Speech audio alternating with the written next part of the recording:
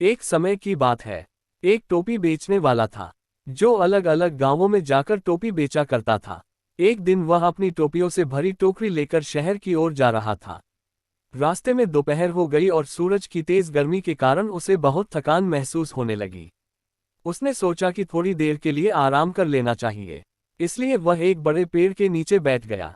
थकान के कारण उसे नींद आ गई और वह गहरी नींद में सो गया। जब टोपी वाला सो रहा था, तो उस पेड़ पर बैठे कुछ शरारती बंदरों ने उसकी टोपियों को देख लिया। बंदर तुरंत नीचे आए और उसकी टोकरी में रखी रंग बिरंगी टोपियां उठाकर पहन ली। वे सभी बंदर इधर उधर पेड़ की डालों पर जाकर बैठ गए और मजे से टोपियां पहनकर उछलने कूदने लगे। कुछ देर बाद जब टोपी वाले की नींद खुली, तो उसने देखा कि उसकी टोकरी खाली थी और उसकी सारी टोपियां गायब थी। उसने इधर उधर देखा और ऊपर की ओर निगाह की, तो उसने पाया कि सभी टोपियां बंदरों ने पहन रखी हैं। ये देखकर वह परेशान हो गया और सोचने लगा कि अब क्या किया जाए। टोपी वाले ने बंदरों को डराने के लिए चिल्लाना शुरू किया, लेकिन बंदर उसकी बात सुनकर और ज्यादा शोर मचाने लगे। उसने हाथ जोड़कर बंदरों से विनती की, लेकिन बंदरों पर कोई असर नहीं हुआ। वह जो भी हरकत करता, बंदर उसकी नकल करते हुए वही करते।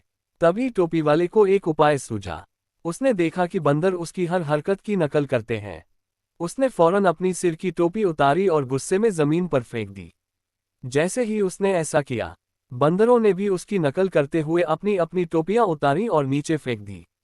टोपी वाले ने तुरंत सभी टोपियां उठाई, अपनी टोकरी में रखी और खुश होते हुए वहां से चल पड़ा।